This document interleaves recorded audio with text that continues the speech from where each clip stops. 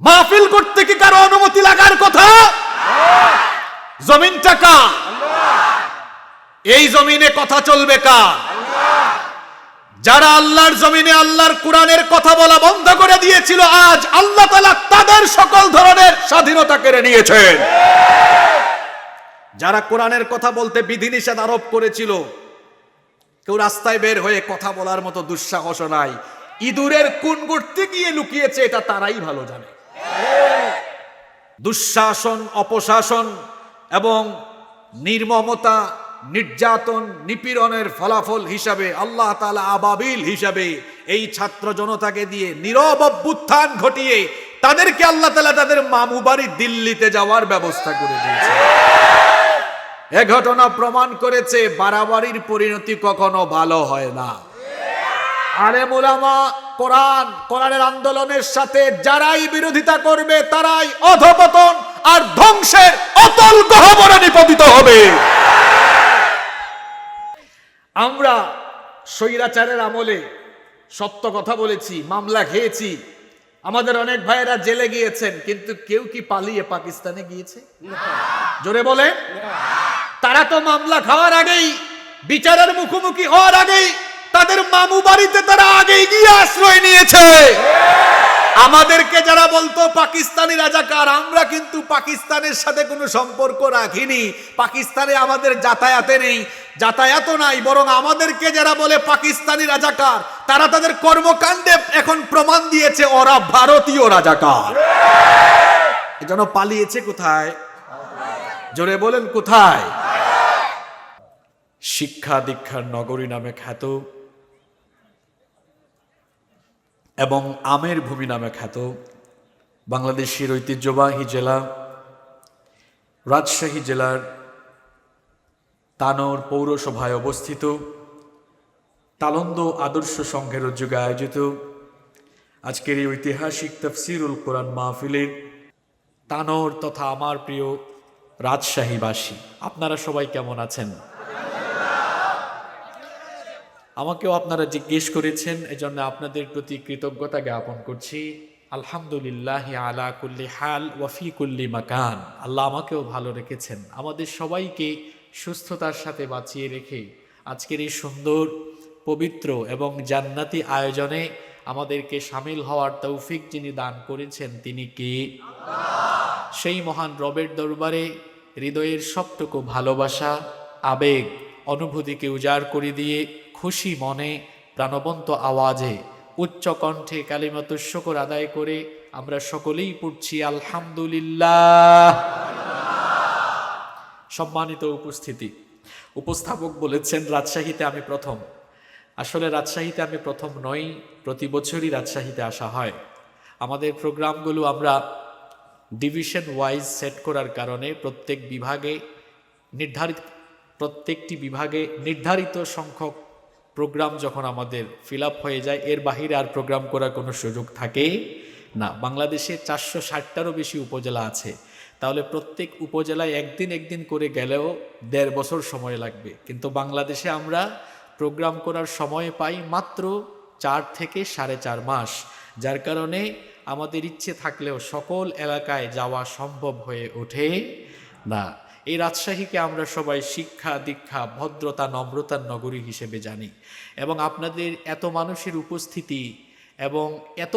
উপস্থিতি থাকা সত্ত্বেও ডানে বামে সামনে পিছনে কোথাও কোনো বিশৃঙ্খলা না থাকা এবং এই নীরব পরিবেশ আর এই সুন্দর পরিবেশ প্রমাণ করছে যে আসলেই আপনারা সুন্দর একটি পরিবেশে, শৃঙ্খলাপূর্ণ পরিবেশে যে কোনো একটি প্রোগ্রাম অ্যারেঞ্জ করতে পারেন এবং প্রোগ্রামের শেষ পর্যন্ত তা সফলও করতে পারেন। আলহামদুলিল্লাহ। আমি আশা করব যে আমরা শেষ পর্যন্ত এভাবেই নীরবতার সাথে ধৈর্য ধারণ করে আল্লাহর কোরআনের অমীয় বাণী হেদায়েতের নিয়তে শ্রবণ করব। মহান রব আমাদেরকে তৌফিক দান করেন, আমরা বলি আমিন। আপনাদের সবাইকে স্বাধীন বাংলাদেশে স্বাগতম জানাচ্ছি। আমরা এক নতুন বাংলাদেশ পেয়েছি, আলহামদুলিল্লাহ। আমরা যারা সারা দেশে কথা বলতাম, আমরাও স্বাধীন ছিলাম না। আমাদেরকে স্টেজে ওঠানোর আগে কয়েক মিনিট আমাদেরকে বলে দেওয়া হতো, প্রেসক্রাইব করা হতো, এটা বলবেন না। মনে হয় কোরআন তাদের মন মানসিকতা অনুযায়ী বোঝা যেত যে কোরআনের যতটুকু তাদের নেতা নেত্রীদের মতো আছে ততটুকু চালানো যাবে, নেতা নেতৃত্বের যত চুরি চামারি আছে সেগুলো কোরআন দিয়ে বলা যাবে না। এভাবে করে আলেমদের কণ্ঠ রোধ করে রেখেছে। যে সকল আলেমরা কথা বলতেন সে সকল আলেমদেরকে জেলখানায় নিয়ে গিয়ে কাউকে কাউকে আয়না ঘরে ঢুকিয়ে দিয়েছে। যারা কথা বলতেন ভারতীয় আগ্রাসনের বিরুদ্ধে তাদেরকে ফাঁসি দিয়ে শহীদ করে দেওয়া হয়েছে। এরা গত 15 বছরের স্বৈরাচারী শাসনে শহীদ করেছে কোরআনের পাখি আল্লামা দেলওয়ার হুসাইন সাঈদ রাহিমাহুল্লাহকে। তারা শহীদ করেছে আপনাদের পাশেই তো পাবনার সন্তান, বিশ্ব ইসলামী আন্দোলনের অন্যতম সিপাহ সালার শহীদ আমিরে জামায়াত মাওলানা মতিউর রহমান নিজামীকে। তারা অসংখ্য আলেমদেরকে অপমান করেছে, বেইজ্জত করেছে। তারা বিরোধী দল বা তাদের মতের বিরোধিতাকারী প্রত্যেকের উপরে জুলুম নির্যাতন করে গোটা বাংলাদেশকে তারা নির্যাতন নিপীড়নে পিষ্ট করেছিল।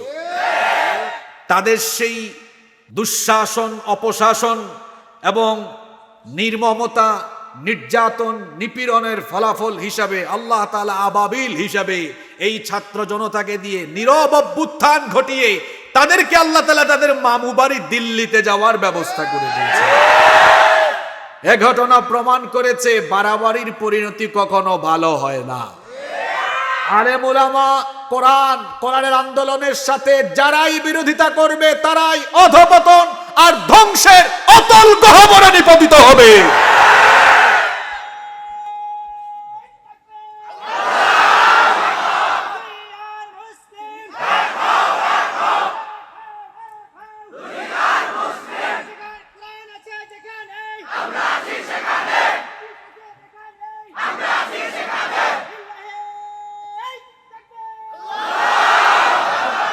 এত বললাম আমাদের কথা, আমরা কথা বলতে পারতাম না।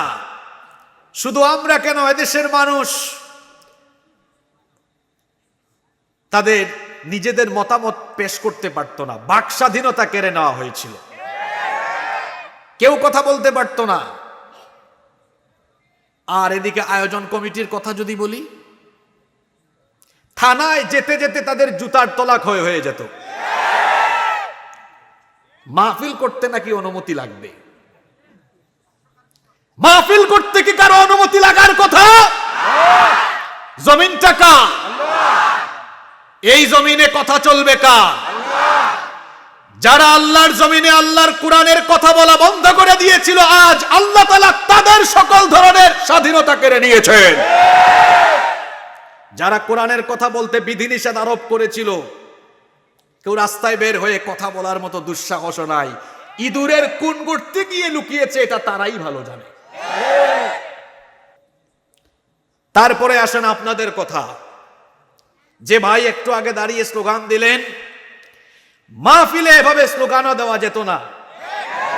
ডানে বামে কিছু লোকজন বসে, তারপরে আলেম ওলামাদের সাথে দুর্ব্যবহার, শ্রোতাদের সাথে দুর্ব্যবহার। আপনারা জানেন 2020 সালে কুমিল্লার লাকসামে এক আওয়ামী সন্ত্রাসী আমার উপর হামলা করেছিল। একই কায়দায় তারা সারা দেশে গত 15 বছর বিভিন্ন তাফসীর মাহফিলে, কোরআনের মাহফিলে আলেম ওলামাদের উপরে, শ্রোতাদের উপরে, আয়োজক কমিটির উপরে হামলা করে, মামলা করে, নির্যাতন করে গোটা দেশটাকে তারা নির্যাতনে ভরে দিয়েছিল। তাদের এই নির্যাতন নিপীড়নের ফলাফল হিসাবে, পরিণতি হিসাবে আজ আল্লাহ তাআলা তাদের উপরে এই গজব দিয়েছেন। এরা বহু আলেমদের চোখের পানি ঝরিয়েছে। এরা ইসলামী আন্দোলনের কর্মীদের উপরে নির্মম নির্যাতন নিপীড়নের স্টিম রুলার চালিয়েছে। তাদের কারণে ইসলামী আন্দোলনের কর্মীরা বাড়িতে ঘুমাতে পারে নাই, বাবা মায়ের সাথে থাকতে পারে নাই, স্বামী স্ত্রীর সাথে দেখা করতে পারে নাই, আপনজনের জানাজায় যেতে পারে নাই। পরিবার বঞ্চিত, এলাকা বঞ্চিত থেকে বছরের পর বছর তাদেরকে এলাকা ছাড়া করে রাখা হয়েছিল। আজ শাস্তি হিসাবে আল্লাহ এদেরকে এমন শাস্তি দিয়েছেন, তারা এখন নিজেরাই স্বেচ্ছায় দেশ ছেড়ে পালিয়ে গিয়েছে। আমরা যারা সত্য কথা বলতাম তারা আমাদেরকে বলতো পাকিস্তানি রাজাকার। আমরা স্বৈরাচারের আমলে সত্য কথা বলেছি, মামলা খেয়েছি, আমাদের অনেক ভাইয়েরা জেলে গিয়েছেন, কিন্তু কেউ কি পালিয়ে পাকিস্তানে গিয়েছে? জোরে বলে, তারা তো মামলা খাওয়ার আগেই, বিচারের মুখোমুখি হওয়ার আগেই তাদের মামু বাড়িতে তারা আগেই গিয়ে আশ্রয় নিয়েছে। আমাদেরকে যারা বলতো পাকিস্তানি রাজাকার, আমরা কিন্তু পাকিস্তানের সাথে কোনো সম্পর্ক রাখিনি, পাকিস্তানে আমাদের যাতায়াতে নেই, যাতায়াত নাই, বরং আমাদেরকে যারা বলে পাকিস্তানি রাজাকার, তারা তাদের কর্মকাণ্ডে এখন প্রমাণ দিয়েছে ওরা ভারতীয় রাজাকার। এজন্য পালিয়েছে কোথায়? জোরে বলেন কোথায়? এই ঘটনাগুলো থেকে আমাদেরকে শিক্ষা নিতে হবে।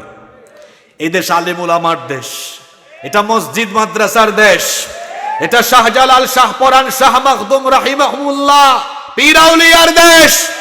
এদেশে ইসলামের বিরুদ্ধে, কোরআনের বিরুদ্ধে, আলেম উলামাদের বিরুদ্ধে, ইসলামী আন্দোলনের বিরুদ্ধে যারাই যাবে তাদের পতন ঠিক এইভাবে করে হবে।